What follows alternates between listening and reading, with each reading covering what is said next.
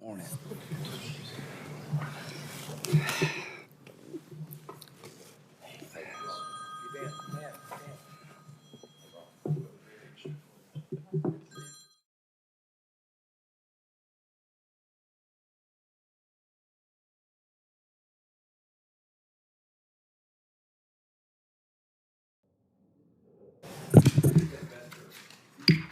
Good morning, everybody.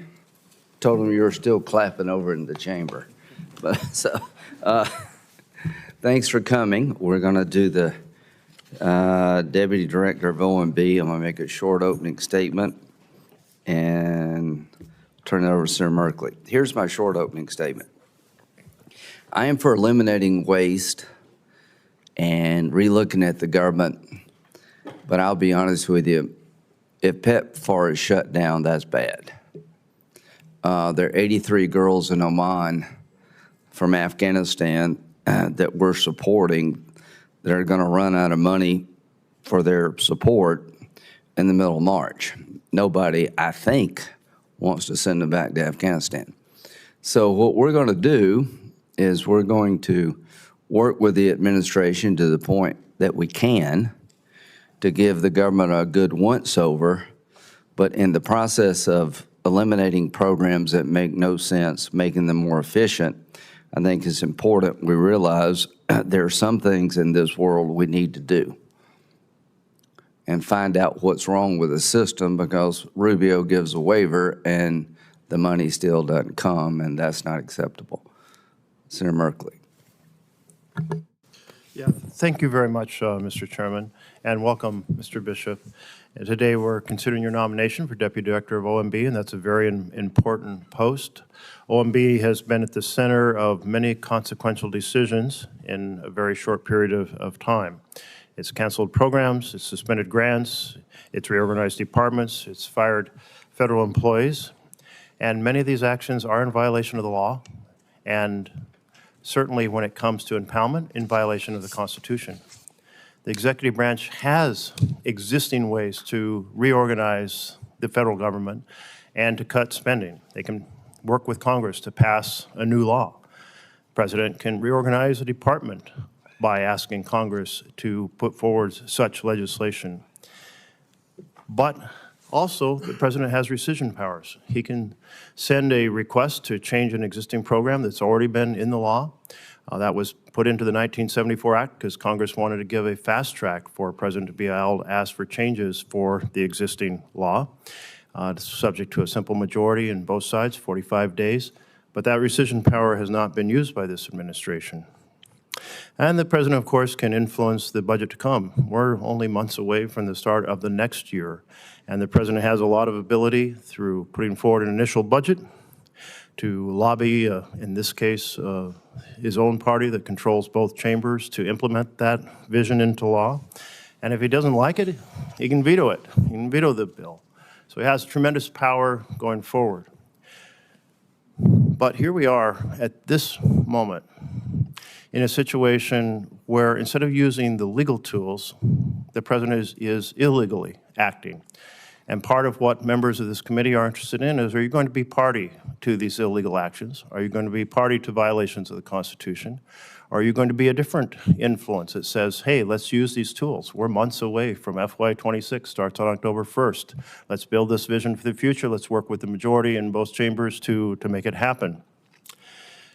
I can tell you in my town halls back home, and I do a town hall in every county every year. Most of my counties are very red, so it's a wide diversity of opinion is brought to bear. There is extreme concern that the very foundations on which this country operates, respect for the law and respect for the Constitution, are in deep trouble. Today I want to find out if you're going to be part of that trouble, or you're going to be part of restoring the vision of the foundation of law and the Constitution.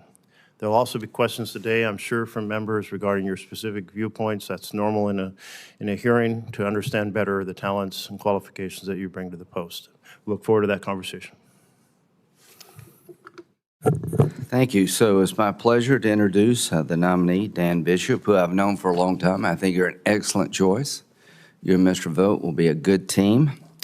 He's currently a senior advisor at OMB. He was the North Carolina Attorney General campaign in 2024, so he knows what it's like to campaign throughout a big state. House of Representatives from 2019 to 25. He was on the Judiciary Homeland Security Committee. Now North Carolina State Senate, North Carolina State House, County Commissioner.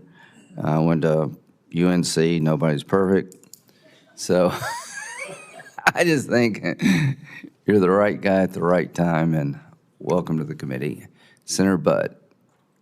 Thank you, Chairman. Thank you, Ranking Member. I'm proud to introduce my friend Dan Bishop, who I've known quite a long time. It's good to see his wife, Jo, here, and a lot of other great North Carolinians, almost South Carolinians, if you will, Chairman. So long before I was ever in Congress, when Amy, Kate, and I lived in Charlotte, North Carolina, everyone would tell me, if you want to know a great leader, if you want to get to know a great leader, get to know County Commissioner Dan Bishop. So I was in my 20s at that point, and I was just getting started in business. I think I was a little too shy or a little too nervous to even give him a call because, after all, Mecklenburg was a really big county. So I've got no doubt that Dan will bring the same tenacity of the job at OMB that he's shown throughout his career, both as a litigator and his time serving the people of North Carolina in public office through his role in the U.S. Congress. So Dan, best of luck and Godspeed. When I introduced Dan, this has 2 hearings, and when I introduced Dan at the Homeland Security Conference, I ended with, y'all be nice. While I say that again, I want to leave the Budget Committee with this. If we're serious about shrinking our national debt and deficit, Dan is the man for the job of Deputy OMB Director. Dan, good luck, and thank you. Thank you, Senator Budd. Would you please stand? Raise your right hand. Do you solemnly swear the testimony you're about to give for the Budget Committee is the truth, the whole truth, and nothing but the truth, so help you God? I do. Thank you. The floor is yours. Thank you, Chairman Graham, Ranking Member Merkley, and members of the committee for this hearing.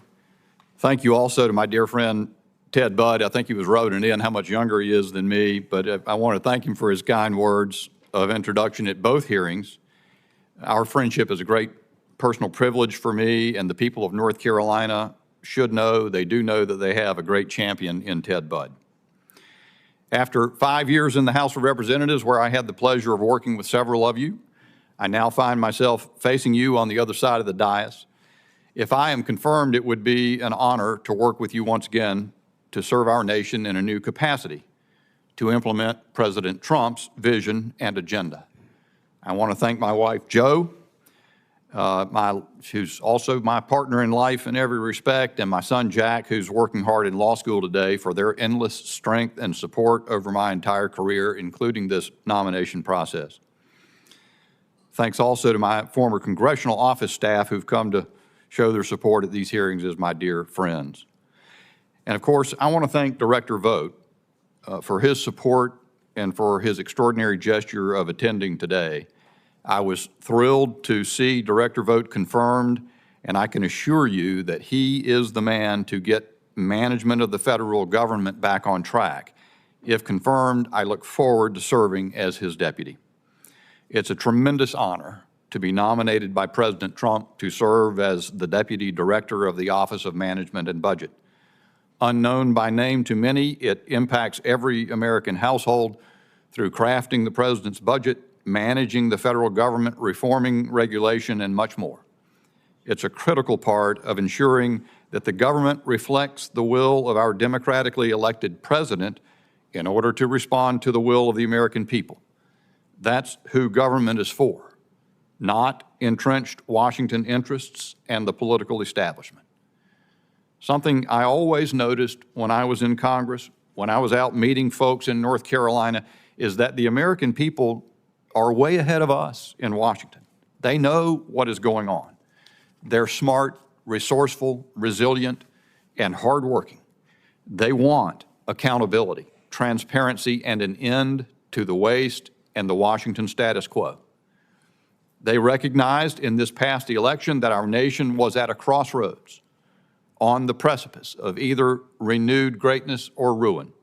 In that precarious moment, they placed their confidence in President Donald Trump to usher in a new golden age for America. I'm here on behalf of that mission and the trust placed in President Trump by the people. Our children and grandchildren are being crushed. Their futures are being crushed under the massive burden of an out-of-control federal debt. For too long, we've been spending money we don't have on things we don't need. Our government has been self-absorbed, inefficient, unaccountable, and maladministered. The good news is that we can fix all of those things. And if confirmed, I will be laser-focused on doing so at the side of Director Russ Vought and the superb public servants at OMB. It's finally time for a government accountable to the people. I've fought to deliver that my entire public service career, from county commission, as Ted mentioned, to state legislature, to Congress, and it will continue to be my North Star. Whether elected or appointed, we must never forget the right of the people to decide. I know that I will never forget it. Thank you for considering my nomination. I look forward to your questions. Thank you very much. I'll start off here. DOGE, do you believe that's a good exercise in terms of trying to find out what makes sense in terms of spending and what doesn't? I think it's an absolutely outstanding effort, Senator, and I think the President's made it clear that's what he wanted to do. Elon Musk's contribution to the effort, it is changing the status quo. I agree, and let me tell you why. Somebody should have done it a long time ago. What percentage of the budget, federal budget, is entitlements plus interest? I can't give you the exact percentage. You know, it's when you get the interest added on, which now exceeds the defense budget, we're talking, well over 50% of the federal budget. Yes, I think it's north of 75, but Ron would know that. Right. I think it's like 78. Right. The way I've always approached this, you're never going to get people to work together to reform entitlements until you first go through the budget and get waste and stupid stuff out. Do you agree with that? I totally agree, Senator. Well, that's going on, and I applaud that. The list of things that the president read last night was pretty funny and at the same time obscene, what your money's being spent on, right? Right. So I applaud all that. But there are some things in the process of finding out what works and what doesn't, let's don't kill the things that are absolutely necessary. The president wants 5% of GDP on defense. That's what he says. Does that make sense to you? Well, Senator, if the president says it. Well, that's what he said. Yeah, I'm not trying to pitch against him. Yeah. I'd like that too. Let's see if we can get there. He wants to balance the budget. I know I do too. So about 25% of the budget is non-entitlements, non-interest, and let's give it a once-over. Defense is in that. Eliminating the Department of Education, fine with me, all that good stuff. But there are 83 girls in Oman that we got out of Afghanistan that we're supporting, that the money runs out in the middle of March. Do you think it's in our interest to make sure they don't have to go back to Afghanistan? Well, Senator, I think I'd have to know the rest of the details. You made reference to it in your opening comments. I'm not familiar with the story you're talking about. Undoubtedly, when you make change, you're going to see some things that are dislocated, and they may have to be put back. Well, I want to talk to you about that because that doesn't advance the ball at all. Are you familiar with PEPFAR? I am. Do you think it's generally been a good program? As a general proposition, absolutely. I've heard some news about PEPFAR in the last couple of days and the things from which PEPFAR money is going that were stunning to me, if true. Yeah. So I think even that, every program, 100%. No matter how valuable, ought to be looked at very carefully. 100%. Yeah, I'm a big fan of PEPFAR, the concept of helping people not pass AIDS on to unborn children and all that good stuff. But it could be looked at too. Mother-child AIDS transmission's gone down by like 70% in the last 20 years. All that's good stuff, but everything should be looked at. So count me in for that, including the Defense Department. I hope the DOGE people will give the Defense Department a good once-over. Does that make sense to you? It does, Senator, very much. Now, here's the problem I've got. I support what you're doing, but I've talked to Secretary Rubio a bunch about programs that are now very much in limbo or have actually been shut down, then I don't think most Americans would want that to happen. And he's granted waivers. He has a waiver authority. You familiar with that? I am, Senator. when he grants a waiver, the money doesn't flow. Do you know what causes that? I do not, Mr. Chairman. Obviously. Well, I don't either. I mean, I'm not blaming you. Can me and you and Mr. Vogt get together and try to figure out? The only way this works, you're not going to get the American people to do what Ronald Reagan and Tip O'Neill did, which is save Social Security by making some common sense adjustments, until they have confidence you have really cleaned the underbrush of the government out. In the process of doing that, all things are not the same. Does that make sense to you? It does. So if you go too far, you're going to lose trust in terms of actually cleaning up the place. So this is a historic moment. What's happening should have happened a long time ago, and let's get it right to the point that we can. If we have to adjust because we overshot the runway, do it. If you need to go around, let's get this right. I really do believe you and Mr. Vogt are the right to be able to convey to the Congress and to the President what works and what doesn't. Most people don't know about this job you two have, but it's one of the most important jobs in town. Good luck. Well, thank you, Senator. Oh, Thank you very much, Mr. Chairman. A key point of conversation has been the Impoundment Control Act. And back when Nixon decided to start impounding funds, two things happened. One is there were appeals to the courts, which eventually made it to the Supreme Court. And the Supreme Court reinforced that, you know, in a separation of powers embodied in our Constitution, Congress makes the law, the executive has to follow the law. And that means to spend the money in the way that Congress has laid out. The second thing is that Congress said, but you know what? We should create a fast track for a president to undo or propose undoing spending that the president considers inappropriate, called a rescission. That rescission power was used in the early years after the 1974 Budget and Impoundment Control Act, but not used much since. And you have a law degree. You practice law, correct? That's correct. You have a fundamental education in the understanding of the U.S. Constitution, do you not? I do. Do you understand the importance of law being applied as written? Certainly. And so how do you feel about this situation in which funds are being impounded currently, which the Supreme Court has said is unconstitutional? Senator, President Trump ran on impoundment. I've heard Director Vogt in his hearings speak about impoundment. I've studied the issue, but I am seeking to be confirmed to a position that is not a lawyer position. I won't be making the legal determinations for OMB or for the administration in terms of the legal positions that it decides to take. I am persuaded, though, that there was history in the United States before the 1974 Impoundment Control Act. Former Senator Harry Truman, as President of the United States, impounded funds to prevent the funding of a squadron of strategic aircraft. Ulysses S. Grant exercised impoundment power. Thomas Jefferson exercised impoundment power. I think, Senator, when you dig in, it's a compelling argument that there is power in the executive in the nature of impoundment. Exactly what its contours are, I don't know. I won't be deciding those things, but I support the president's plan to use impoundment to get federal government spending in line. Well, sitting behind you is your future boss, who very much advocates that he doesn't care what the Supreme Court decided before because he disagrees, and he thinks the president disagrees. He was very honest and upfront about that. But in our system of government, we don't get to decide the constitutional issue and say individually we disagree with the Supreme Court.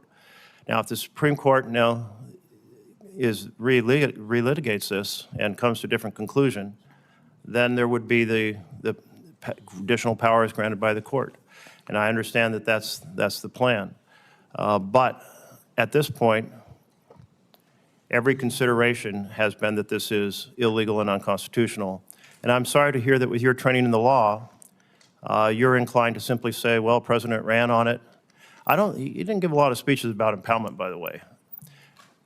And he didn't give a lot of speeches about the plan to cut $2 trillion from fundamental programs for families to give $2 trillion in tax giveaways to the richest Americans. And he didn't talk about it last night either.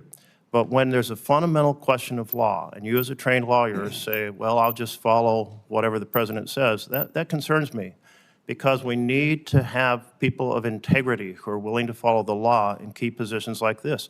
Are you going to be a person with integrity to follow the law? Senator, you've put words in my mouth that I did not say, and you've put words in Director Vogt's mouth that he did not say, with respect. And I certainly am a person of integrity, but it is not a question of not following the Supreme Court. For example, you say the Supreme Court has decided the constitutional questions of the Impoundment Control Act. That's just misinformed. Oh, really? No, well, that's correct. Why don't you inform us all on how they do, given that they made that decision? Well, they didn't, sir. Train versus New York, it does not consider the Impoundment Control Act, and it does not consider the president's power of impoundment. Neither one. Well, we'll continue that conversation because others disagree with you. I'm not a lawyer myself, so I'll take this under advisement. But that's certainly my understanding from other legal scholars that this has been well adjudicated. I am concerned also about your flip-flopping. You proceeded to say in a letter back in 2021 when you were concerned about whether or not President Biden was proceeding to not execute the law exactly as written.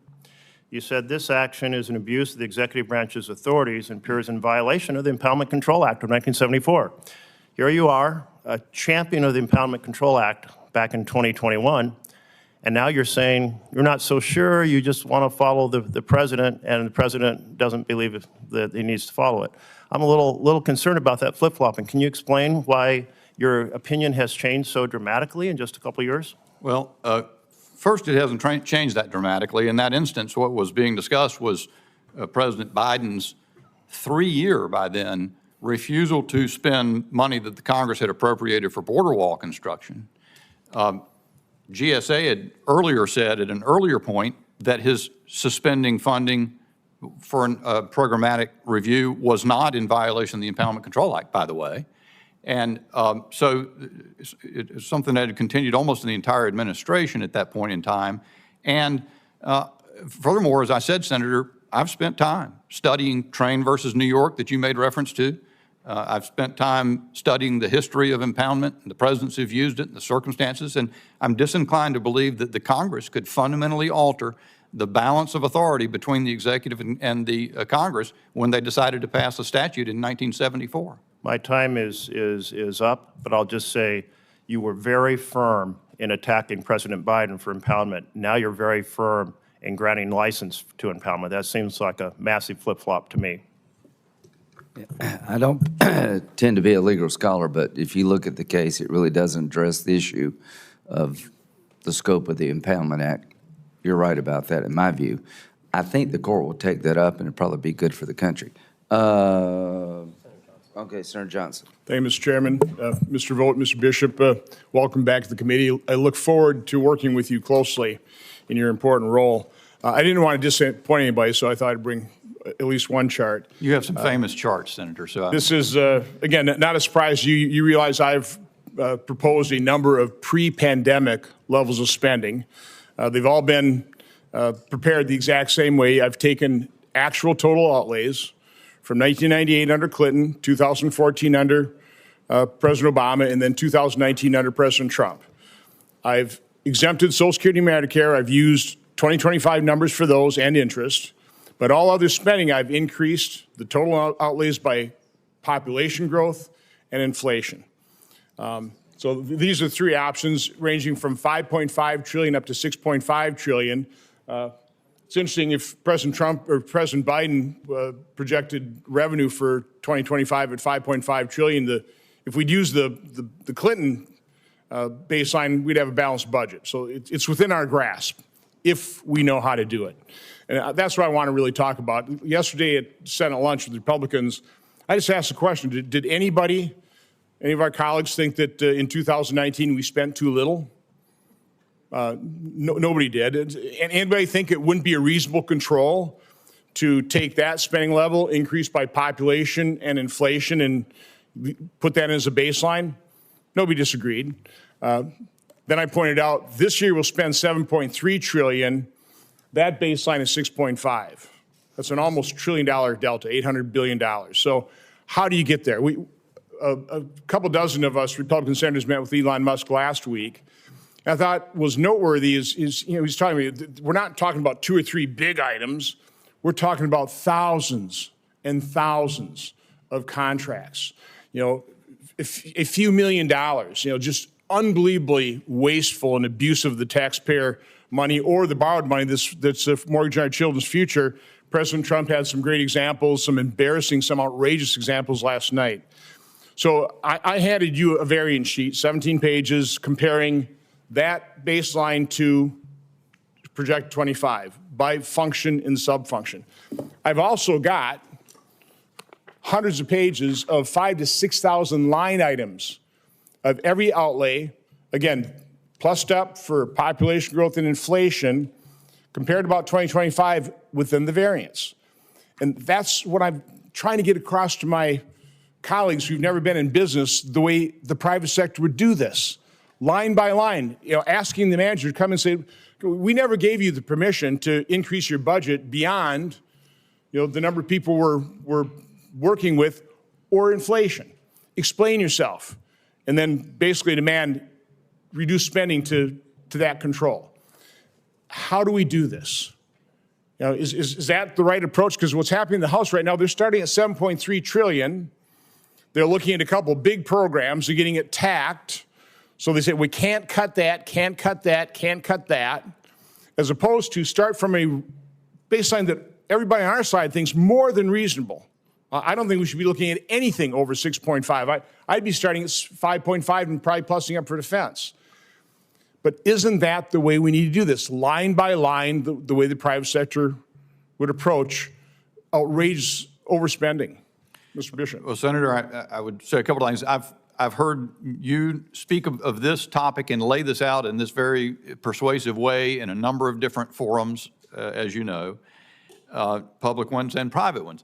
And first, I would say I think the conversation, the point that you are making, absolutely should be at the forefront of the discussion at all times. And I'm grateful to you for making it so.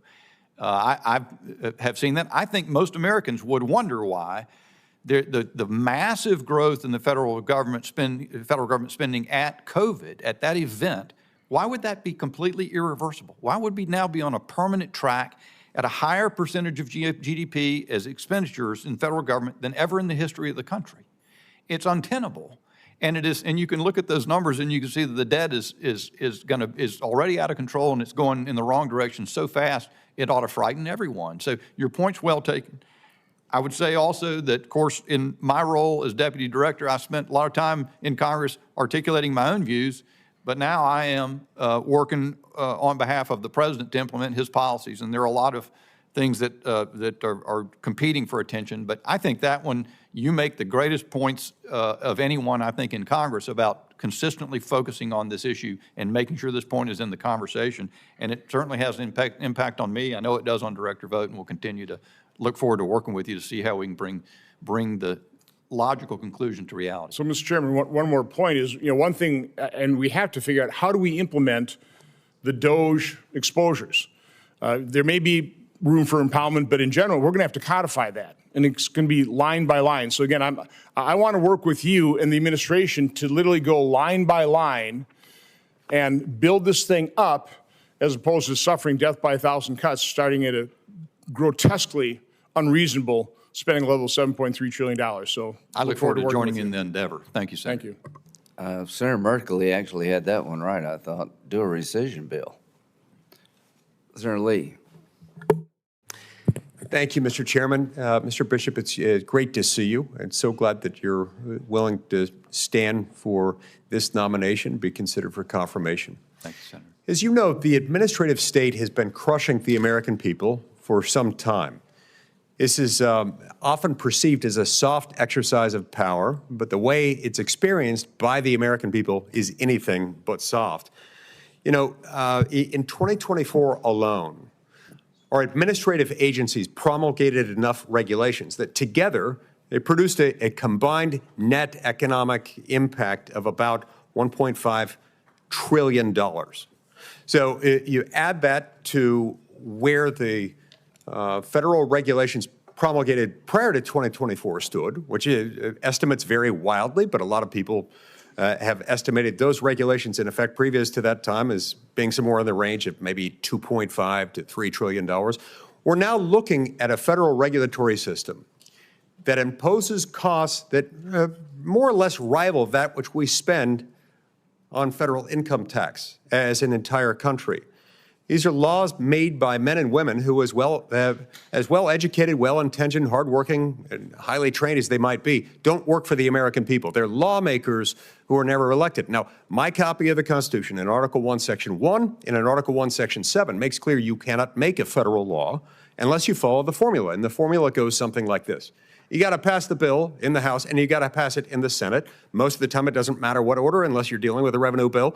But you got to pass the same text in both houses, and then present it to the president, who may sign it, veto it, or acquiesce to it.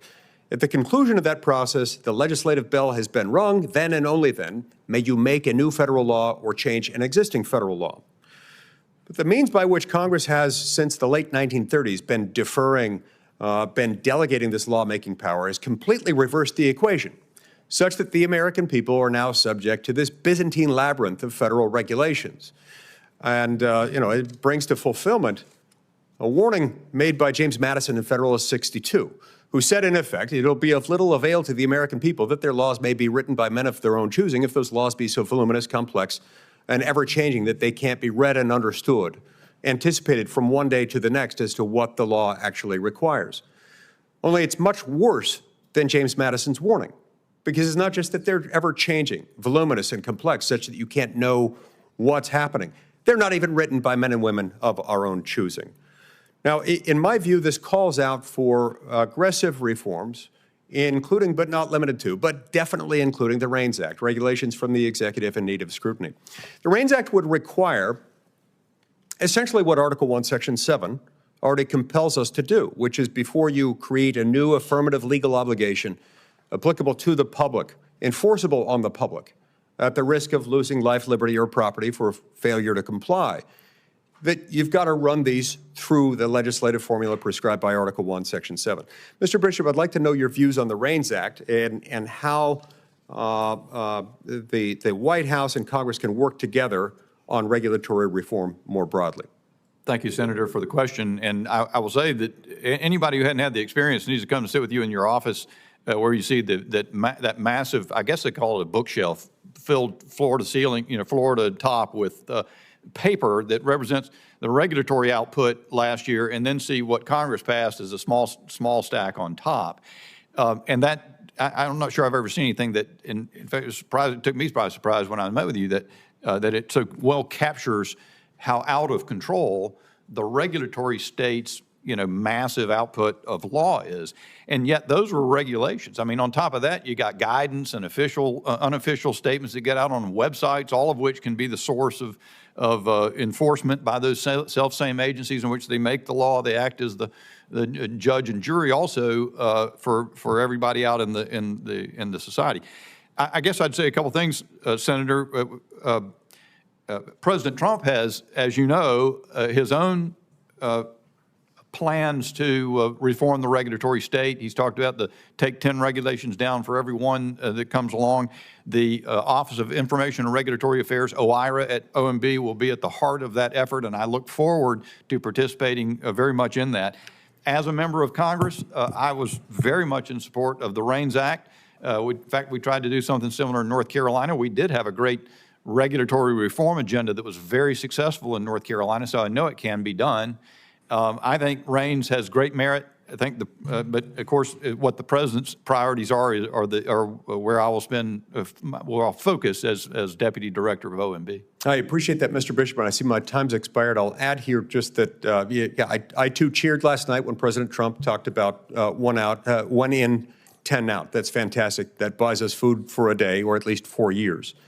In order to have a sustainable supply of liberty, we need legislative reform, permanent structural reform. And in my view, the best way to make that happen, maybe the only way to make it happen, is to attach it to a must-pass vehicle. I think the most fitting pairing would probably be a debt ceiling bill. I believe Congress should not enact legislation suspending or increasing the debt ceiling without attaching the REINS Act, and I hope that you and the White House will support that. Thank you, Mr. Thank Chairman. you, Senator. Senator Van Hollen. Thank you, Mr. Chairman, Mr. Bishop. It's good to see you. As you know, we only get 5 minutes, so if you could try to keep your answers short, I'm just going to ask some direct questions. All right. The first one is, do you commit, if you're confirmed for this position, to comply with any court orders directed toward the jurisdiction of the Office of Management and Budget? Yes, Senator. Good. So now let me talk briefly about what Senator Merkley discussed, which is the Impoundment Control Act. I think he referenced the letter you earlier signed to GAO asking whether or not the Biden administration had violated the Impoundment Control Act. You remember that letter, right? I do. And at that time, you agreed that the Impoundment Control Act was good law. Am I right about that? Well, Senator, my views are more informed now than they were then, but At that time- I didn't draft the letter either, but I signed a letter to that effect. That's right. And obviously, the assumption behind that letter was at that time you believed that was good law. It was a lay opinion, Senator, that's right. So you've changed your opinion since then, is that right? Well, I've studied it more than I did. So it is the law of the land. I mean, you signed that letter to GAO making that clear. Do you agree that until it's overturned by a court that you will comply with the Impoundment Control Act if confirmed? Well, Senator, the determinations about how the administration will proceed in a legal strategy or the determinations being made by others than me. I'm not a lawyer. I'm not a lawyer in the administration or to be a lawyer in the administration. The General Counsel's office at OMB makes those determinations. Director Vogt will make decisions in light of their determinations. Okay. And there's also a process I would across the suggest, Mr. administration. Bishop, that you were right when you signed that letter a number of years ago. And to the chairman's comments, I would just point out, if you tear up the Impoundment Control Act, you might as well tear up Article 1. And we might as well pack up when it comes to using the power of the purse. So let me, If I may, I don't mean to. as long as it doesn't come out of my Oh, mouth. yeah, it will not count against you. Take all the time. Biden said the Impoundment Control Act did not require him to build the wall. Do you agree with that? I believe the GAO looked at that allegation. Well, the and point is... No. GAO is the body that we entrust to make these determinations. Well, I mean, okay, but he said the Impoundment Control Act did not require him to build a wall when Congress told him to do it. Well, GAO found that was not GAO an is illegal not the impoundment. court here. Well, GAO is the body that we as Congress have, well, they are. You get to, no, they're not. Okay. You get 2 extra minutes. Actually, they are. If you look at the law, they're the ones that are entrusted in bringing actions to comply with the Impoundment Control Act. Is that right, Mr. Bishop? No, sir. The GAO is an instrument of Congress. Yeah. It sets it might set an opinion that binds Congress, but it's not a court. So. No. But anyway, that's who we empower to bring cases on behalf of Congress with respect to compliance with the Impoundment Control Act. Let me turn to the issue of the firing of probationary employees. You're familiar with the fact that a California federal district court issued a ruling related to this, right? Actually, Senator, there are a lot of stories about a lot of things. I don't know if I've got that one crystal clear in my mind, but I'm aware there's... So they just issued a ruling that directly relates to this, and the Merit System Protection Board also ruled in favor of 6 representative federal employees who'd been fired, who had been on probationary status. Are you familiar with that? I heard about that, yes, sir. Right. And so it's interesting because just yesterday, I believe, a spokesperson for OPM said that, quote, this change was helped to provide clarity in light of a recent court order. And the change was that the administration conceded that OPM cannot fire people who are probationary employees. Are you familiar with that? No, I am not, actually, Senator. So these employees were getting these notices from OPM and some of Elon Musk's folks that informed them that they were being fired. That is not allowable. It has to be done by the agencies. And so I see that OPM had to clean that up. They claimed it was because of some public misinformation, but there's no public misinformation when somebody gets a directive from OPM. You are familiar with the standard, and I think you outline it here in this memo, that has always been up to agencies whether to take performance-based actions against probationary employees. So you agree that it has to be a performance-based reason to fire somebody who's on probationary status. Is that Sorry, right? Senator, I'm trying to remember what memo you're referring to. Is it something that I wrote? No, but this is something that came out of OPM that directly relates to the administration's actions. Well, I'm not in command of everything that OPM has issued, and not even in the same agency, obviously, and I'm just a senior advisor. Well, OMB is sort of the cockpit for the entire federal budget. But let me ask you this: Do you know what the standard is for firing somebody based who's on probationary status? I do not. I certainly don't profess, for example, to be an expert, a legal expert on that subject. A lot of people sort of think if you're a lawyer, you should know all of the law. I have not been an expert in federal personnel. I'm generally aware of the existence of Title V and so forth. Well, the bottom line is, courts are finding that these were illegal actions taken by the Musk operation. And so I appreciate your answer to my very first question, that if confirmed, you will agree to comply with court orders. Thank you, Mr. Chairman. Yes, Senator. Thank you. Another minute if you want it. Well, I'll take it. Huh? Well, that's all right. I Okay. may come back, but thank you, Mr. Chairman. Thank you, Senator sir. Kennedy. Congressman, when moms and dads lie down to sleep at night and can't, one of the things they're worried about is cost of living, high prices. Isn't that true? Absolutely, certainly. And those high prices were caused by inflation. Yes, Is that right? Senator. That's right. And inflation has come down. That's a good thing, right? It is a good thing, Senator. But that just means when inflation has gone from 10% to 3%, that prices are rising less quickly. They're still rising, aren't they? Yes, Senator. That's called disinflation. That's if they fall, that'd be disinflation. Yes, sir. No. If the rate of inflation comes down, that's disinflation. Oh, I beg your pardon. Okay. If prices come down, that's deflation. Yeah. Now, most Americans, they don't read Aristotle every day. They're too busy earning a living. They don't know the difference between deflation and disinflation, but they sure as hell understand that the high prices have remained, don't they? Yes, Senator. We've got a lot of work to do around here. Yes, And sir. we need 4 years to do it. And we need a cooperative House and Senate to do it. I agree, Senator. If we don't get these high prices down, we're not going to have 4 years. We're going to have a divided Congress. You can write that one down and take it home to mama. Yes, sir. This election was about the economy, and people are still worried about these high prices. Now, one way to get these high prices down, to reduce prices, not reduce inflation, reduce prices, would be to reduce the amount of federal spending. Isn't that true? I think so, Senator. Because that's how we got here, was with the massive amount of federal spending that President Biden perfected. So if we can reduce the federal budget, we can reduce prices. Yes, Senator. That's one thing you and Mr. Vogt can do. Number two, if we deregulate, that'll reduce prices, won't it? It will, Senator. Why is that?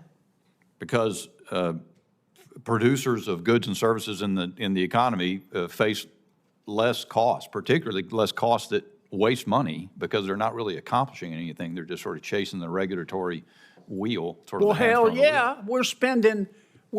Regulations cost the American business community $2 trillion a year. If we can cut that in half, they can pass and will pass the savings on to the American people. Yes, sir. Now, the third way we can get these high prices down, is it not, is to grow out of them. Agreed. Stimulate the economy, Certainly, the president intends to do that, to Senator. raise That's right. wages. Yes.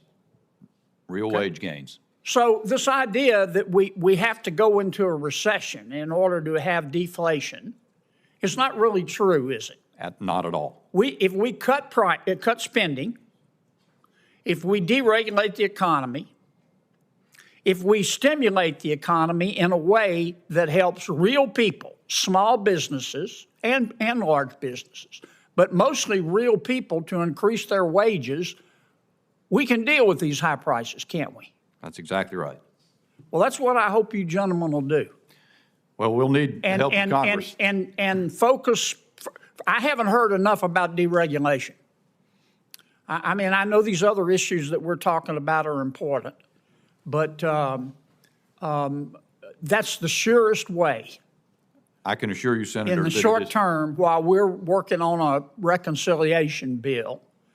The surest way is to deregulate and reduce the spending.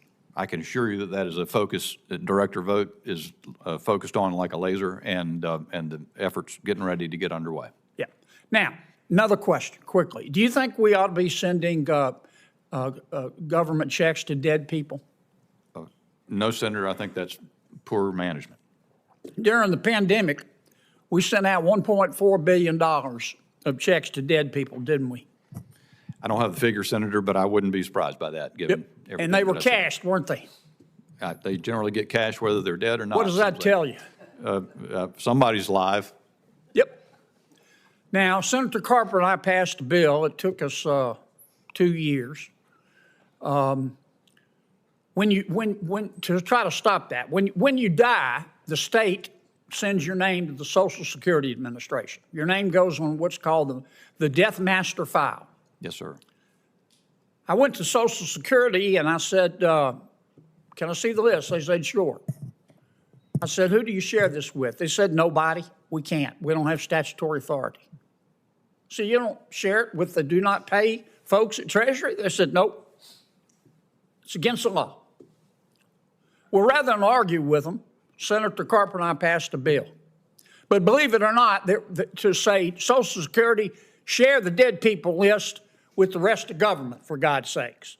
Put down the bone and share it with them. And believe it or not, we had opposition. So we had to agree to a 3-year trial period. That 3-year trial, we've saved a bunch of money. That 3-year trial period is up at the end of 2026. I've got another bill with Gary Peters to extend it, to make it permanent. You guys got any problem with that? Well, Senator, I cannot speak for the president or for Director Vogt. Oh, go ahead. But I can't. It's hard for me to imagine who would be opposed. Well, you'd be surprised. No, sir. I wouldn't be surprised as it turns out, but I still can't imagine who would be opposed. Okay. You going to follow the law? Absolutely. Absolutely. You going to defy court orders? No, sir. Thank you, Mr. Chairman. Thank you, Senator. Dead people have a very good lobby, apparently. So, Senator Murray. Well, thank you. Thank you very much, Congressman Bishop. I just want to be really clear up front. You might not like it, but our appropriation bills are not optional. They are actually law. You were just asked if you'd follow the law. Appropriation bills are law. And I expect you and the entire administration to allocate funding as Congress intended by law. This is not a theoretical issue. If Congress passes a law that specifies that a hospital in Seattle should receive some amount of federal funding, I expect that hospital to receive every penny. In this system of government under the American Constitution, Elon Musk, President Trump can't pick winners and losers. They don't get to pick which laws they follow or what hospitals or schools get funded. They can write a budget. They can lobby all of us for it. I expect them to do it. But they cannot overrule the entire democratically elected Congress and use the American people's taxpayer dollars as a giant slush fund. Congressman, at a hearing last week, you refused to say that you'd follow that law, no matter what illegal directives you're given. As a former preschool teacher, I like to keep things simple. Congress legislates, we write the bills, allocate the funding. After the president signs the bills, he faithfully executes. So just let me give you another opportunity to say you will follow the law. Appropriations bills are passed.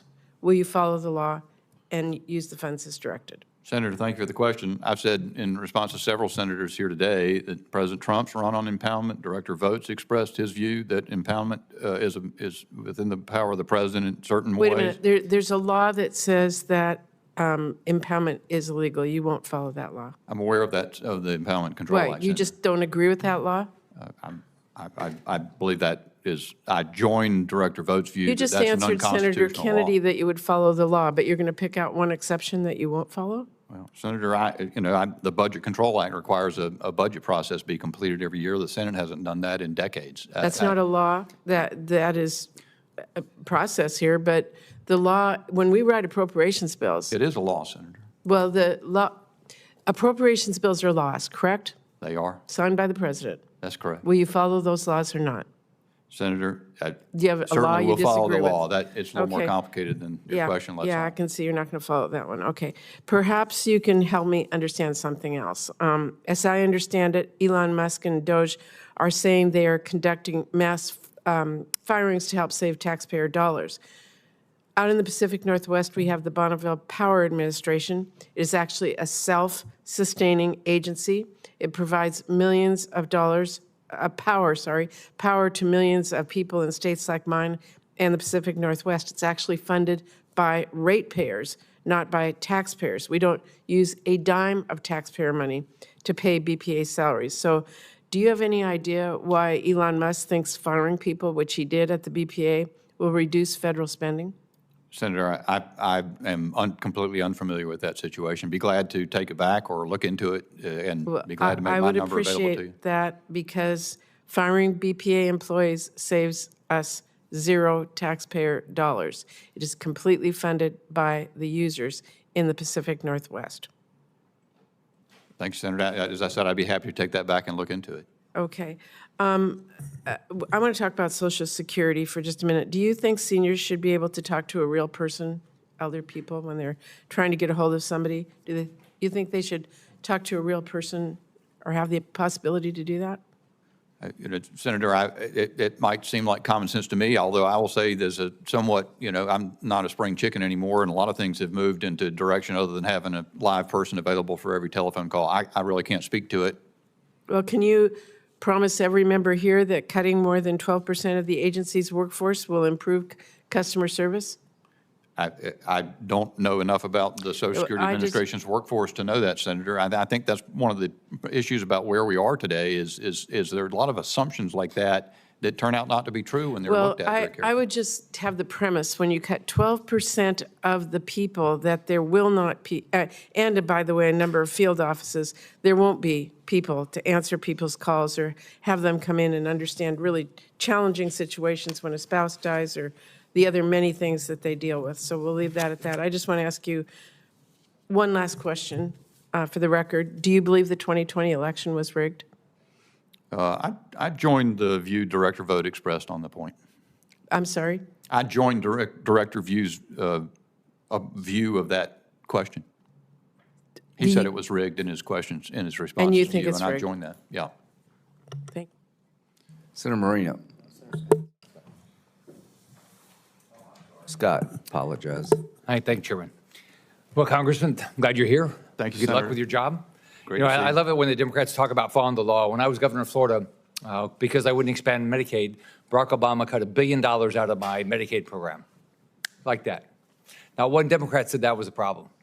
Not one Democrat. He cut $1 billion, and it was a program that went to hospitals that did more uncompensated care.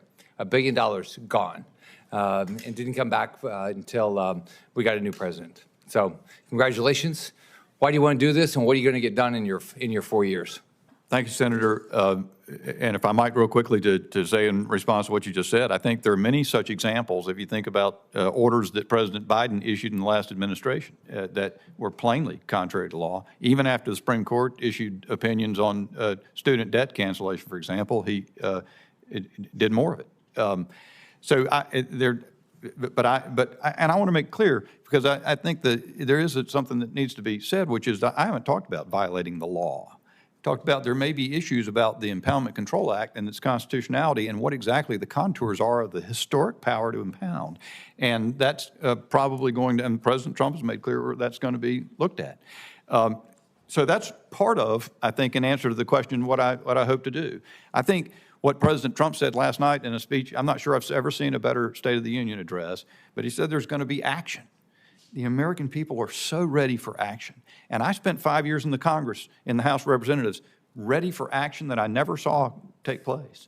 And I don't even know that it's conservative or liberal. And it's common sense and it's actual change.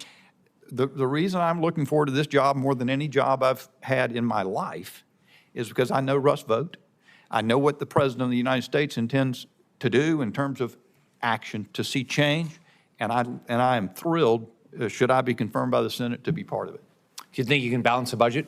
Absolutely. I'm certain that can to Senator. Now, have you done that in your personal life? I certainly have. Gosh, how do you do it? It's amazing. My wife is the key to so many things. So do you like find out what you're going to make and not spend more than that?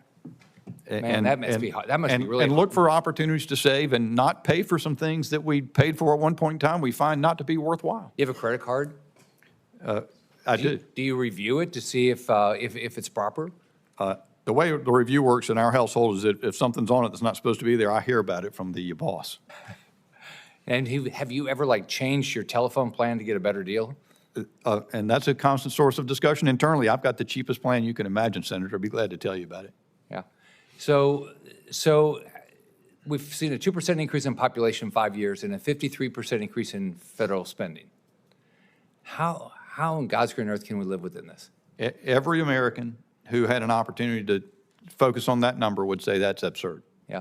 So my colleague from Ohio and others here, we just went through campaigns. I went through my reelection. And I tell people when they come up here, because everybody's in my office now asking for money. And here's what I tell them. I said, you know what?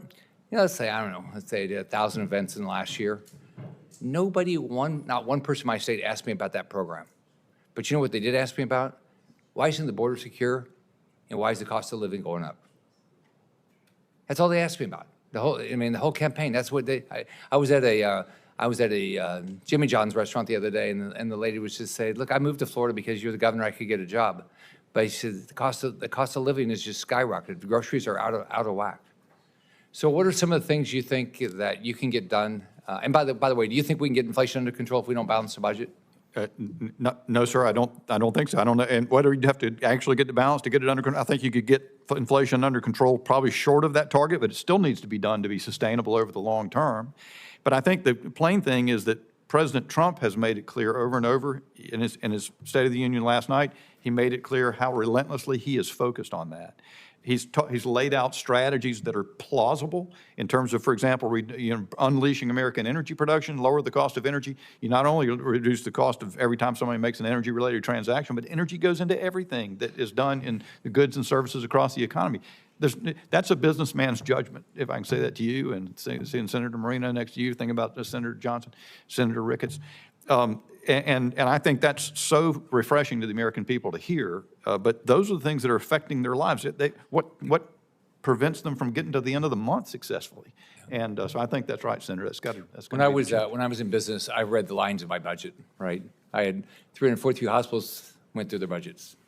Surgeon centers went through their budgets. Every business, manufacturing companies went through their budgets. When I was governor of Florida, 4,000 lines of the budget. I went through every line every year. They had a written purpose. Do you think we ought to do that with the federal government? I think there's no substitute for it. It requires sort of a preparedness to confront a tedium and work through it because it has to be done. It's a job that must be done. And if we can't find a purpose or it didn't do it, should we just keep doing it because we did it before? That one doesn't sell for me, Senator, ever. I think we ought to consider everything anew every time. Thank you, Mr. Chairman. Thank you, sir. Senator Warner. Well, thank you, Mr. Chairman. Mr. Bishop, it's good to see you.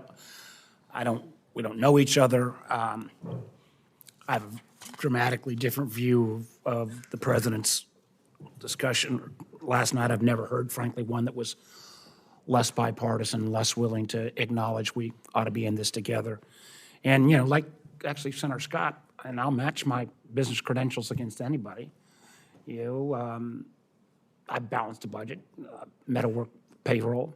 When I was governor of Virginia, got named best managed state and best state for business. As a matter of fact, we even did it in a way where we also got named, Senator Kane, where I were colleagues, and he was governor afterwards, we got named best state in the country for public education. And we realized you couldn't just balance the budget on one side of the ledger. And I only got 5 minutes, but I am flabbergasted by some of your comments. Last time I had a hearing here, we had Russell Vogt in this chair. And willingness to be obsequious to him, which I infer from some of your comments, frankly scares the hell out of me. You know, Mr. Vogt has one thing he's done remarkably in 40 some odd days is terrorize the federal workforce. I know you were a lawyer. I was actually a business guy, so I can read a balance sheet. But by terrorizing your workforce, you don't get better production. Matter of fact, you destroy production. And the haphazardness of the DOGE boys firing people without warning, not letting them come back to work, then realize, oops, we screwed up, I think is kind of the absolute opposite of any kind of solid business credentials. Now, I do know I will acknowledge some consistency. I'm voting against every federal funding bill under the Biden administration. But now you're going to be charged with helping to fund the Trump administration. I don't know whether you're going to vote against or encourage your congressional colleagues to vote against everything put forward. You also flopped on the basic notion of whether a nation should default on its debt. I mean, again, I know you were a lawyer, I was a business guy, but if you default on our nation's debt, that is not something the markets are going to be willing to reverse on right away. And kind of to add insult to injury, you know, you accused Biden of illegally withholding federal funds. The Trump administration is doing this at an unprecedented level, yet your peers are willing to go in and simply support those policies. I don't get it. I think, you know, I know you're from our neighboring state, North Carolina. Maybe you have not heard the economic disruption that's being caused. I frankly don't even know whether the Trump administration is going to honor its commitment on the disaster relief. And Lord knows you guys and we in Virginia got hard hit. But I guess in my last 2 minutes, I want to talk about Social Security. So we got 1.6 million Virginians on Social Security benefits.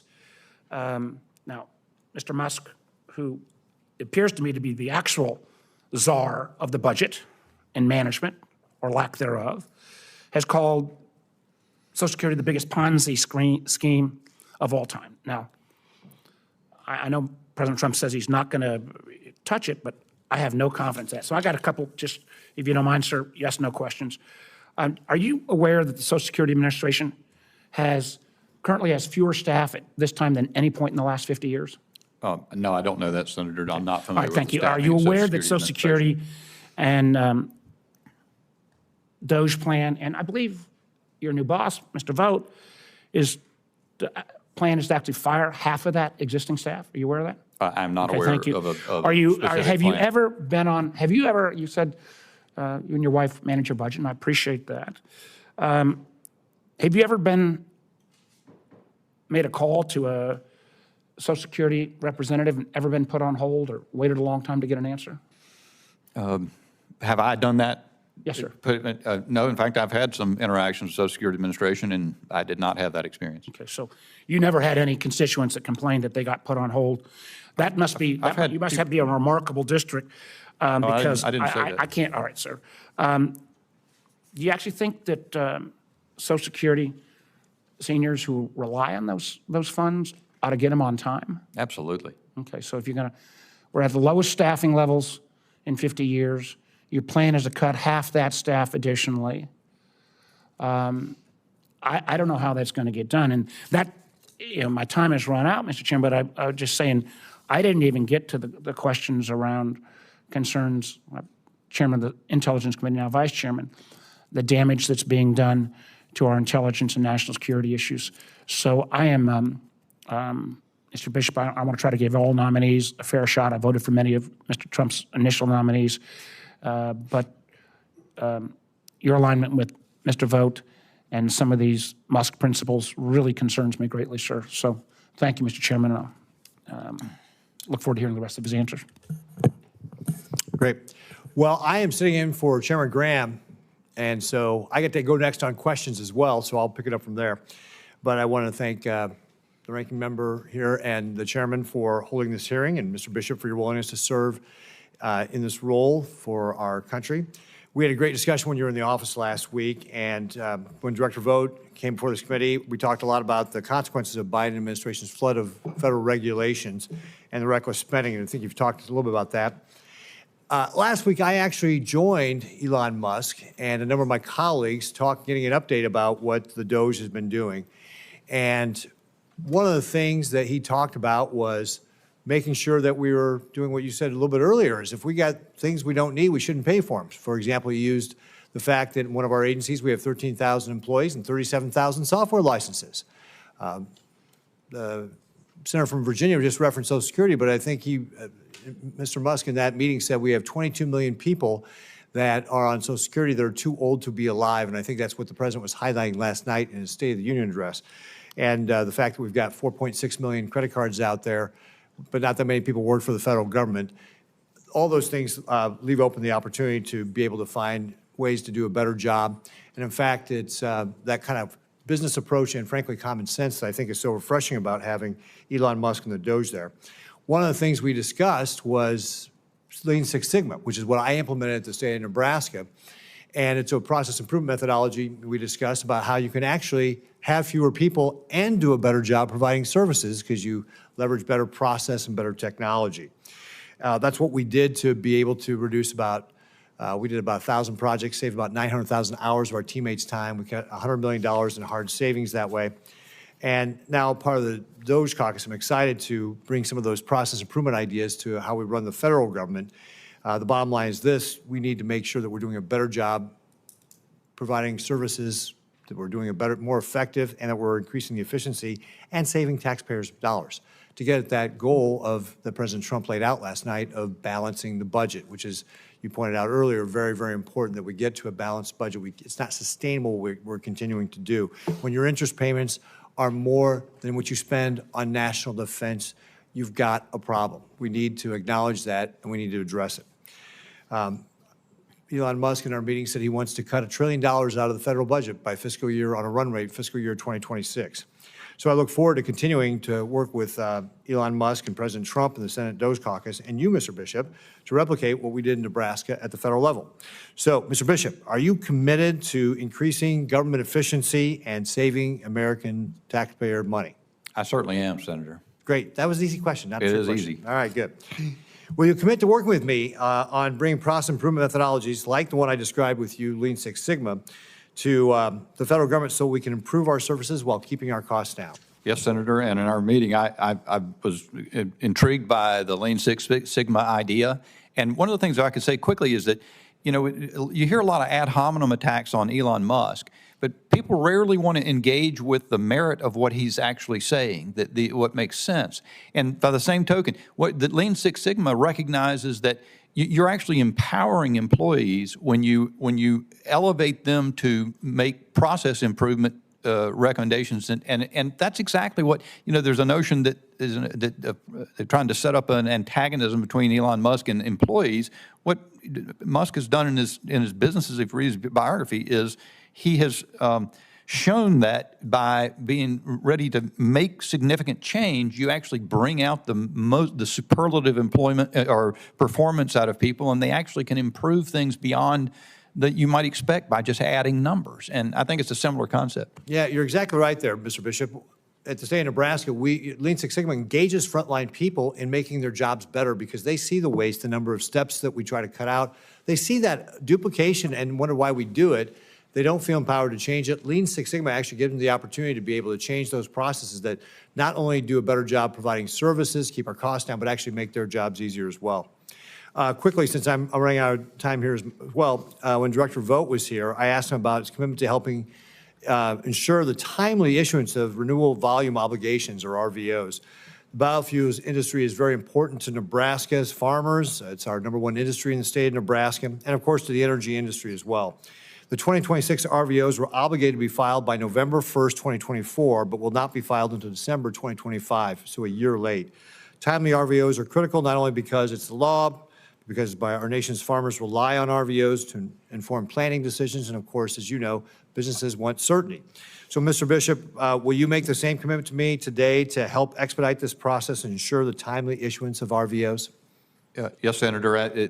Director Vogt makes clear that he wants to move processes on time. And that's a discipline he brings. And so I can't speak with great specificity to that particular situation. Don't have the knowledge of it yet, but certainly look forward to working with you and with Director Vogt to accomplish that objective. Great. Thank you, Mr. Bishop. And Mr. Padilla. Thank you, Mr. Chair. Colleagues, no, I'm not alone in saying that it's extremely unfortunate where we find ourselves today. President Trump has made clear that the OMB's sole mission, at least as he wishes it under his administration, is to cut programs, the very programs that so many Americans rely on in order to pay for another massive round of tax cuts for the wealthiest Americans. In fact, during his address to Congress just last night, he doubled down on DOGE's wildly unpopular agenda of chaos and corruption, proudly listing the ways he has and will continue to devastate communities. And today we're asked to consider the next nominee preparing to further eliminate funding and jobs from our constituents.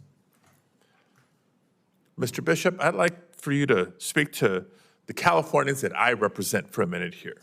I want them to hear how you'll justify ripping away important services and programs while raising the cost of everything. That's the impact that we're seeing from this administration. My constituents deserve to know exactly who to thank for these reckless cuts. You know, in the last 6 weeks, that's all the time that it's taken for President Trump and the Office of Management and Budget to wreak havoc across critical government programs. During your confirmation hearing in the Senate Homeland Security and Government Affairs Committee last week, I heard you insist multiple times that President Trump's firing of civil servants was not indiscriminate. Is that correct? That's correct. And I continue to so hold that was it not indiscriminate, or was it intentional when President Trump fired scientists fighting the bird flu outbreak while the cost of eggs continues to soar? We'd have to look at the details of that, Senator. I'm not aware of the specific point you're making. You're a smart man. You're a smart man. I know you've seen the details. Was it indiscriminate or intentional when President Trump fired military veterans operating the Veterans Crisis Line? I'd have to look at the details of that, Senator. I don't, as I said, Was it not indiscriminate or was it intentional when President Trump fired thousands of seasonal employees at the National Park Service?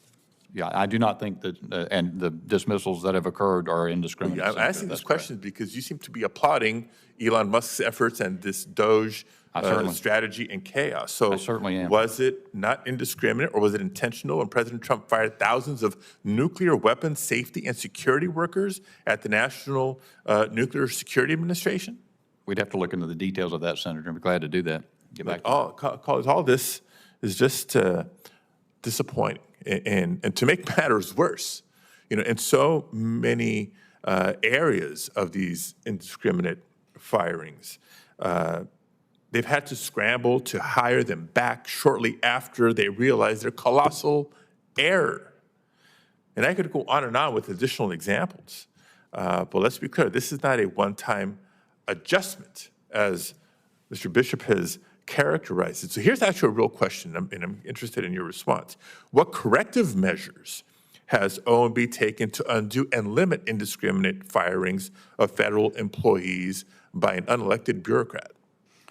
Well, I don't think any of the premise of the question is accurate, Senator. But of course, OMB is not the agency within the department or within the Executive Office of the President that deals with personnel. That's the that's a different office. And and moreover, I'm not yet serving as deputy director and do not have management responsibility, nor am I aware of some of the details that you've made reference to. So I can't speak to the question about OMB's involvement, Russell Vogt's involvement, the director now, there'll be evidence to the contrary of direct involvement in those personnel decisions. Maybe let me end with this, since I reference Director Vogt. When he was before this committee, one of the questions I asked is if he stood by his previous statements of a mission, a goal, an agenda to put federal employees into trauma. And there's example after example of exactly that happening given the activity of the last 6 weeks, and especially since Mr. Vogt was confirmed. Is that what you're signing up for, to help facilitate that, to help further that, putting federal employees into trauma? You know, Senator, that comment in one of his writings that's been taken, or in one of his speeches has been taken out of context. It's pretty clear and direct. No, it's been used in a misleading way. I've seen what he means is that federal employees, that the American people need federal employees to perform. That federal employees themselves on surveys. How do they perform when they're in trauma, when they've been surveys, traumatized by their employer? Yeah, well, I think that again, the answer is that federal employees, there must be change in the workplace. Federal employees are making the comment that they see underperformers continuously among their colleagues, that they cannot see, that the processes will not allow to be removed. Those are federal employees. I've seen the way Russ Vogt works with the people at OMB, the career officials there. He has extraordinary respect for their skill, and he expects them to perform, and they do. Yeah, don't mistake their trauma for respect. Thank you, Mr. Chair.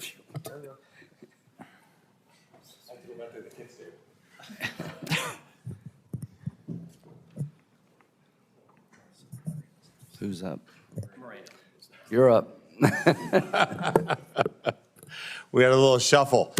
Well, thank you, Mr. Bishop, for agreeing to serve your country again. I think the American people appreciate your willingness to put yourself into the battlefield.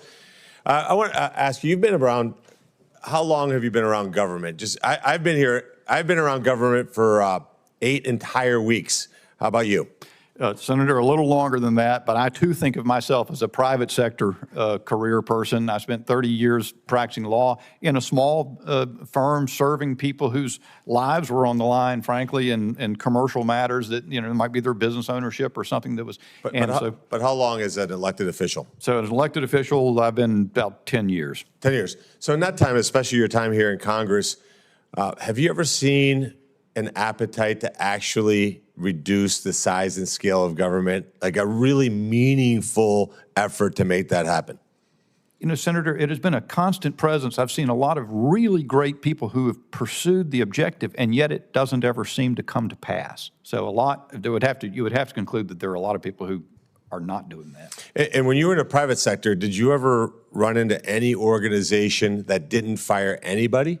Like, did you ever run into a company that said, you know, we haven't fired a human being in 50 years?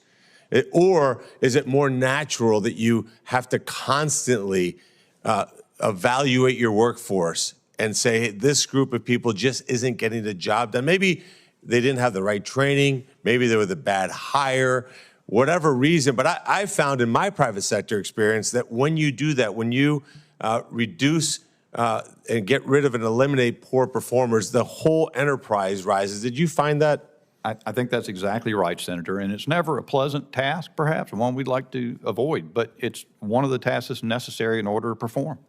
And just to clarify some misinformation that's out there online, does Elon Musk personally have the authority to fire anybody in the United States government? That is not my understanding. I will say I'm not involved with the DOGE effort directly yet, in any way, but But everything that I've understood about it and followed is that he does not exercise that power directly. That's in the job of the people who actually do that, but he can certainly recommend. So, for example, I get a lot of calls from constituents.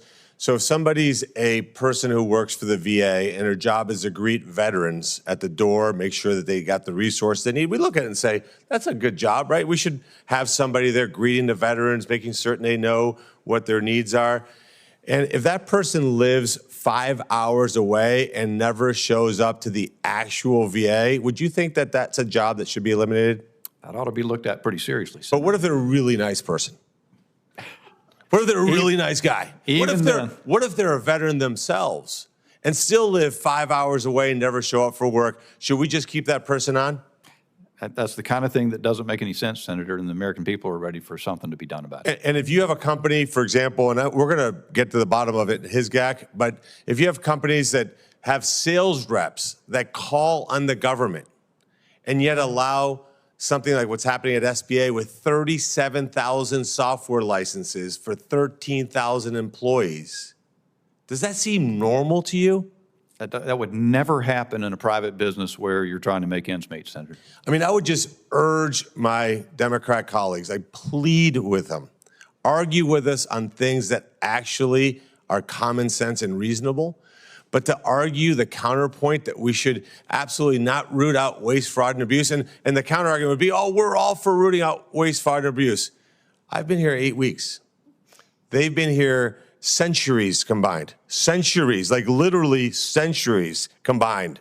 And it's never been done. So maybe sit this one out and allow this effort to go forward and not defend insanity like what we're seeing. Look, what the DOGE effort is being done, I want to say how I think history is going to judge this moment. You have the world's most successful entrepreneur, a guy who has zero reason even to go to work. He could literally point to anything on earth and say, I'll take it. I'm going to take that 500-foot yacht and go sail away. He's sleeping at the executive office building, going through line by line of the federal budget and recommending things like that to be cut. 4.7 million credit cards out in the hands of government workers. I ran a company with 1,100 employees, so a minuscule comparison. I had 5 corporate credit cards, and I had anxiety over all 5 of them. Right.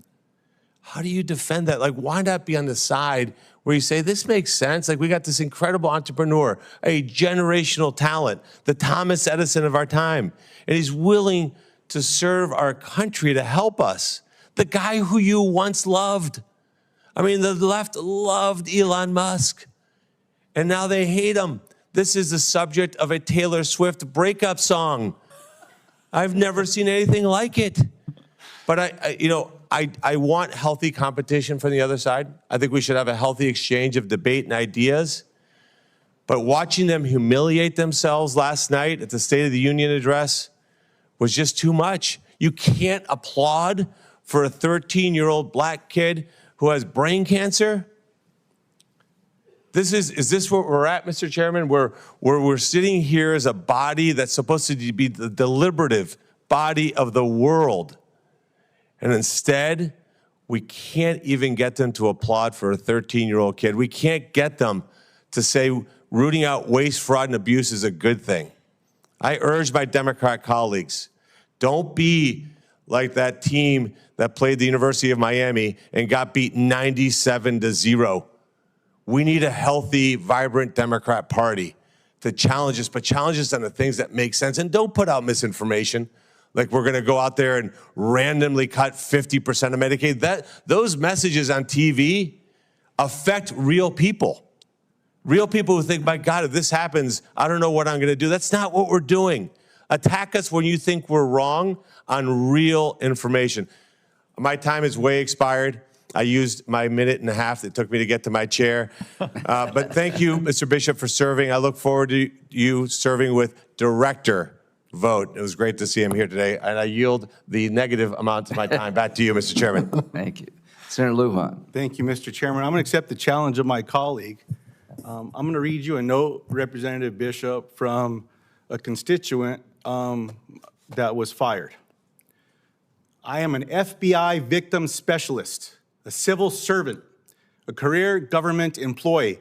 I am there when your loved one is killed by an actual shooter, when your child is sexually exploited online, when your family member is kidnapped and held for ransom, when your mother, sister, daughter is the victim of interstate domestic violence or stalking, when a federal agent is injured or killed in the line of duty, when your elderly parent is defrauded of their life savings, when your child is kidnapped by their other parent, when you or someone you love is victimized in so many ways.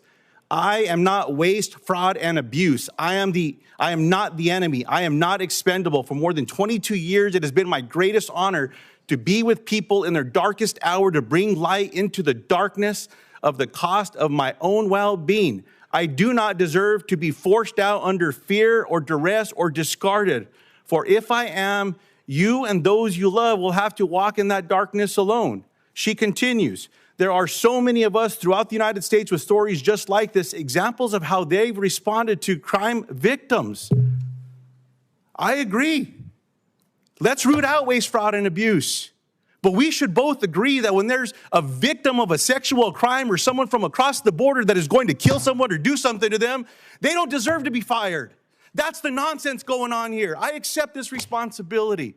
But I'll tell you what, I'm not sending this one out. Not on behalf of my constituents. There's a better way for us to do these things. You know, Representative Bishop, you served at a time in the House of Representatives where there was a policy that wasn't in place. And it's because Republicans got rid of it, but Democrats never put it back in place.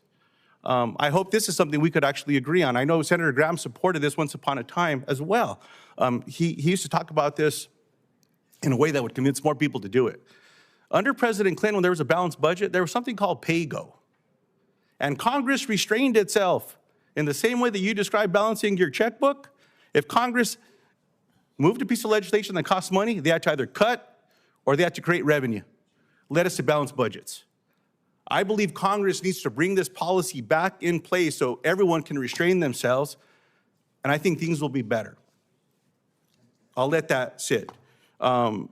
As Deputy Secretary of the Office of Management and Budget Representative, it seems like you'll be working in lockstep with Elon Musk and DOGE. I appreciate the conversations that we've had on both sides of the aisle speaking about what Elon Musk and others are doing here. Now, over the weekend, Elon Musk said something. I think it was brought up by one of my colleagues. He said, quote, Social Security is the biggest Ponzi scheme of all time. Do you believe that Social Security is a Ponzi scheme? It really isn't my place. Yeah, what I'm doing as sitting to be the Deputy Director of OMB is to implement President Trump's policies. I really am not in position to comment on every comment that Elon Musk makes. But I know that President Trump has said he's not touching Social Security or Medicare. He's going to ensure those benefits. And that is the policy that I'm going to be seeking to work with Director Vogt to implement. President Trump says to do this, but Elon Musk says to do something else. He's not just someone. Elon Musk was described as President Trump last night at the address to the American people as being in charge. There's been a lot of questions over the last 8 weeks of if he is in charge or not. But Elon Musk is calling the shots right now. President Trump's going to Daytona, Super Bowl, golfing, doing some good things. I believe in finding balance in your life. I had a stroke 3 years ago. Thank God I got better. I believe in finding that balance. But I think that the president's able to do those things because the other president's actually calling the shots. So when Elon Musk is passing things down to Director Vogt to others, some of which were actually documented, and these ideas came from Director Vogt, which are part of Project 2025, and you have someone that's calling the shots, firing people across the country, cutting budgets, cutting programs, putting people on the chopping block, using a chainsaw as a tool, who says Social Security is a Ponzi scheme. I think that requires us just to take notice. That's all I'm saying. Your responsibility, sir, as you know, is going to be making decisions with Director Vogt to the president about these budgets. You've said you want to get to a balanced budget. That's going to require cuts. This notion that Medicaid and Medicare are not on the chopping block, I would just ask voters, Democrats, Republicans, Independents, decline to state, go look at the votes that were cast in the House of Representatives last week. Read the document. Go back and read the document that Speaker Paul Ryan put together when he was Speaker of the House, 50-page document that described going after this program. Go back when Paul Ryan was the chairman of the Ways and Means Committee and went after that program. Go back and look in 2017 when Republicans were trying to eliminate all aspects of Medicaid, eliminating Affordable Care Act, and it took John McCain coming to the floor, may he rest in peace, the great hero that he is, and said no, fighting brain cancer. This is not new. It's not some secret. These are the facts. Go look them up. I invite that. And I challenge my colleagues. Let's come up with a fact sheet that we can get back to a place the way Congress once deliberated. Here are the facts. Let's agree and disagree based on the facts that are in front of us. That doesn't exist anymore. We need to get back to those times. So, Representative Bishop, it's good to see you again. Thank you. We didn't vote the same a lot, but I appreciate you being here and stepping up. And I pray for you. I pray for the president because we've got to do better for the American people. And I'll close the way I started. I'm not sending this one out. I'm going to stand up and fight for my constituents. I yield back. Thank you, Senator. Thank you. Senator Merkley has a couple of questions, and I believe we'll be done. Well, thank you so much. Congressman, when you were in the House of Representatives, you were a fierce opponent of raising the debt ceiling. Are you now planning to encourage the House? The House has put raising the debt ceiling into their plan on the House side by $4 trillion. Do you now support raising the debt ceiling? Well, Senator, the premise is not complete. I was opponent of raising the debt ceiling without reforms to spending that would change the fiscal path.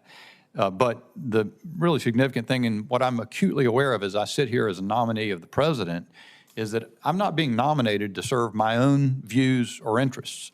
I'm being nominated to implement the policies that President Trump wishes to have implemented. He certainly has different ideas than me precisely about the debt ceiling and how that should be administered and so forth. But I'm going to be administering, I support, and I'm going to be administering President Trump's or implementing President Trump's priorities.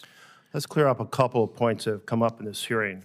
One is I noted that the Supreme Court had weighed in about the illegality and unconstitutionality of impoundments. You then noted that the Supreme Court had not ruled on the Impoundment Control Act. Both you and I were both right. That is the summary of Train versus City of New York. The Supreme Court unanimously affirmed that presidents do not have the unilateral power to impound enacted funding. But the ruling wasn't on the Budget Control Act. It was on the constitutionality of impoundments, the impoundments that Nixon had done. So I wanted to clear up that point. And I've already asked you if you would follow the constitutional ruling of the court. And you made the point, well, they didn't rule on the Impoundment Control Act, but they did rule on impoundments. And that's the point I want to emphasize. And they said that they're unconstitutional. So I hope you, when you go away from here, you'll have a moment when you go, And am I going to take an oath to President Trump or Russell Vogt, or am I going to honor the Constitution? Because that is the challenge of you as a public servant. And in our republic, you take an oath to the Constitution, not to an individual. Second point I want to make is there's been a lot of conversation here about a plan for a balanced budget. Actually, the president's plan, as put forward by the House, increases the deficits that total up to an additional $2.5 trillion in additional debt on top of what was already forecast. So increasing the deficits and increasing the debt. There's a lot of happy talk about a balanced budget, but that is a big lie. The plan is to increase the deficits by $2.5 trillion or total debt over the 10 years. Third point I'm concerned about is in your previous testimony before another committee, Ranking Member Peters asked, do you know about any federal grant or loan programs that are frozen? And you said, quote, I am unaware of any funds being frozen. Well, some of the headlines in the news were things like this.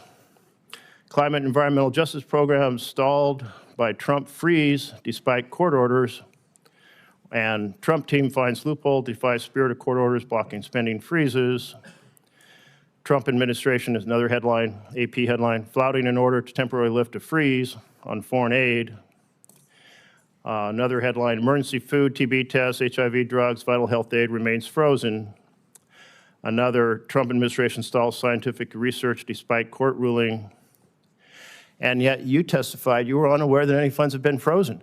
Now, you took an oath to tell the truth right before this committee when this hearing started. Are you telling me you never heard of any story about funds being frozen as you testified last week? Senator, I first of all deeply resent the assignation that something that I said was not true in the committee to which I testified.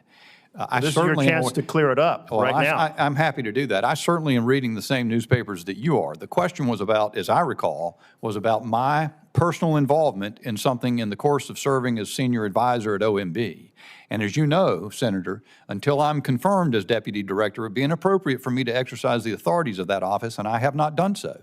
So I had not been involved in any decisions or actions by OMB to manage spending or to cease spending in any way, and that's what the testimony was about. And you may count on me always to be truthful. Great chance to clarify that, because I think you maybe didn't answer the question Peters asked, because he asked, and I quote, do you know if any federal grant and flown funds are still frozen? And you said, I am unaware of any funds being frozen. Those are direct quotes. I hear you saying that that's not the context in which you meant, that you are aware that funds have been frozen. Senator, you said you're a lawyer, I think, so you know. If I actually said I'm not a lawyer. You're not a lawyer. And I'm thankful for it. Then it might escape that if someone's asking me in testimony about something that, for me to speak, I'm speaking about my personal knowledge. I can talk to you all day about things that are in the media, and if you want to know whether I'm aware of something that's in the media, I'm glad to talk about that. But the questions were what about I knew, my personal knowledge. I'm going to try to help you out here, trying to give you an opportunity to clear that up, since your statement that I am unaware of any funds being frozen, you are clarifying that based on your personal experience and service, you were unaware. And we'll just accept that for the record. Because I'm glad you are aware of it, and I hope that in the context of the challenge of the number of court rulings now saying that these actions are illegal, and the Trump team has been told you need to reverse what you've done.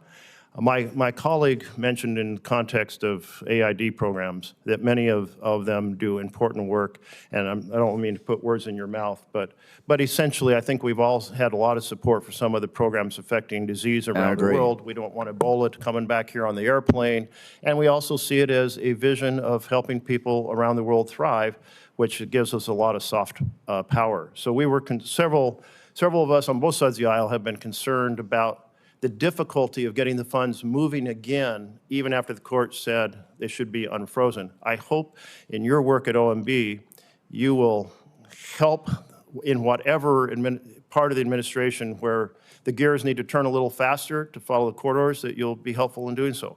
I think that's certainly a central function of the job, Senator. I'm glad for you to have my cell number and to be in touch with anyone from here or around your staff at any time to see to it we can solve problems that have cropped up. All right, we're going to take you up on that, I'm sure. You may be blocking my number very soon. But I certainly do feel like we need to advocate for when the court says unfreeze the funds, they actually get unfrozen. Senator Whitehouse. Thank you, Chairman. Mr. Bishop, have you discussed with anyone at OMB plans for firings or freezes? Senator, it would be inappropriate for me to talk about the details of deliberative processes at OMB. I will say to you, Senator, as I've said otherwise, I'm serving as a senior advisor now, not exercising management authority as though confirmed. So you have had those discussions, and you assert that the content of them is protected by deliberative process. I'm not saying that I have had such conversations, Senator. I'm simply saying it would be inappropriate to me to speak to the details of deliberative processes at OMB. Well, why would you refrain from giving me the details of the deliberative process if you weren't a part of it? Wouldn't the simple answer then be, no, I have not had those discussions? Well, if that were true, that would still be an indication of what processes are at OMB and my role. That's actually not true. That's actually not the way the law works.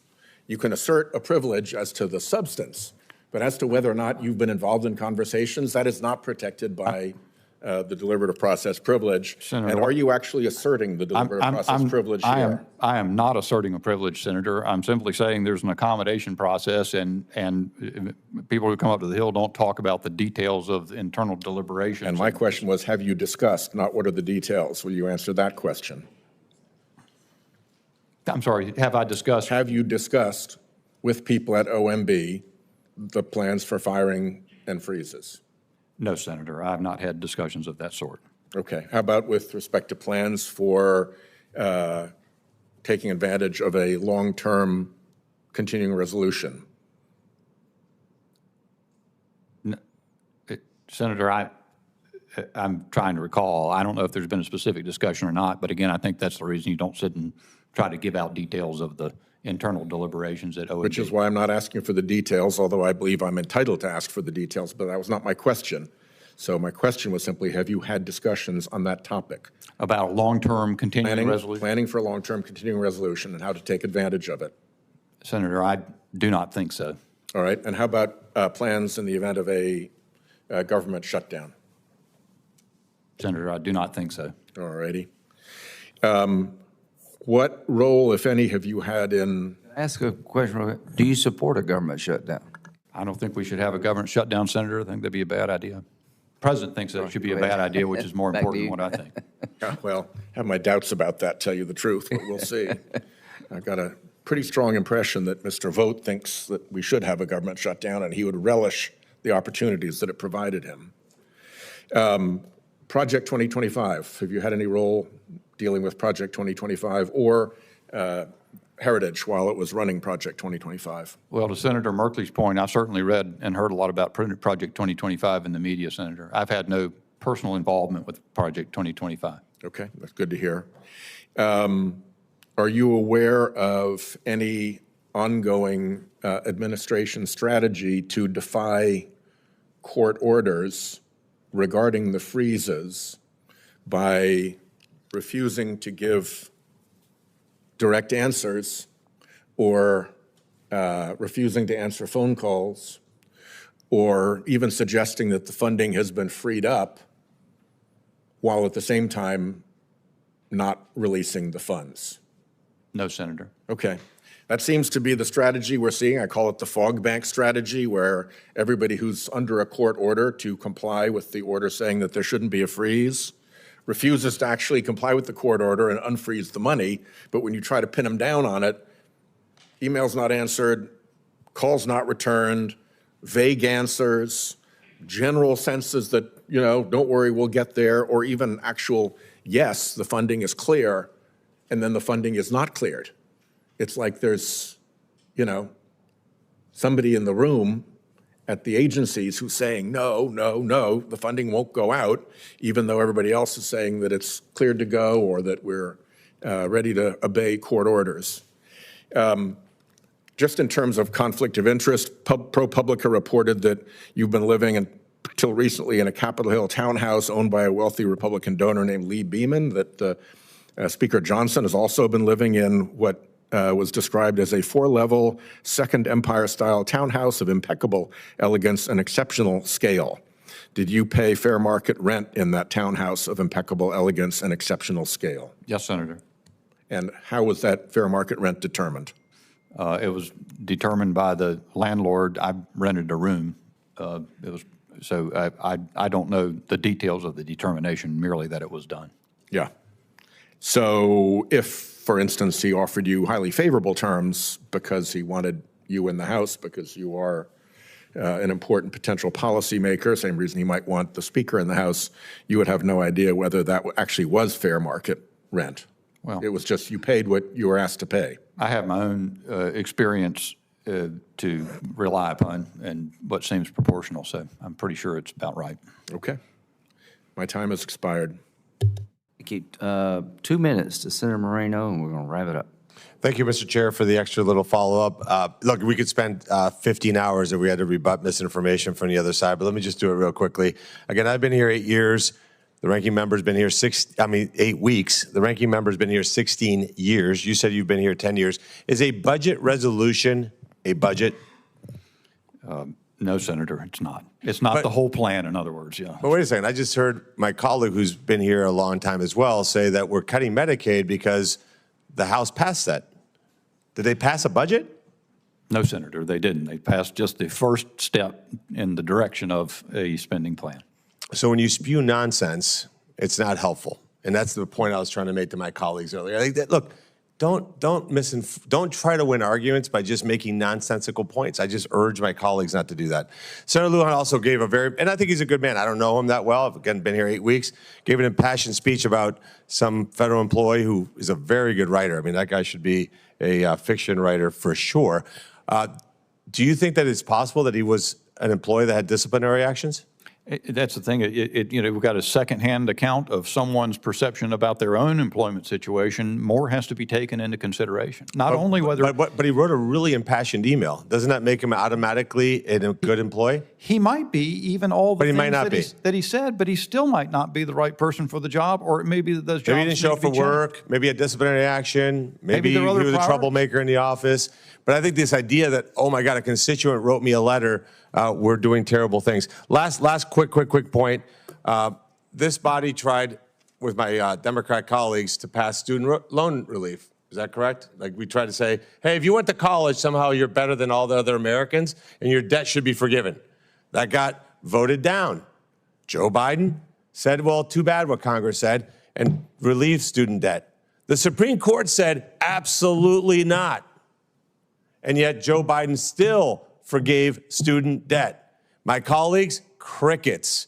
So they love the Constitution when it serves their point. But in reality, they shredded the Constitution over the last 4 years. And again, I would urge them, please come back to the side of reality and common sense. Thank you, Mr. Chairman.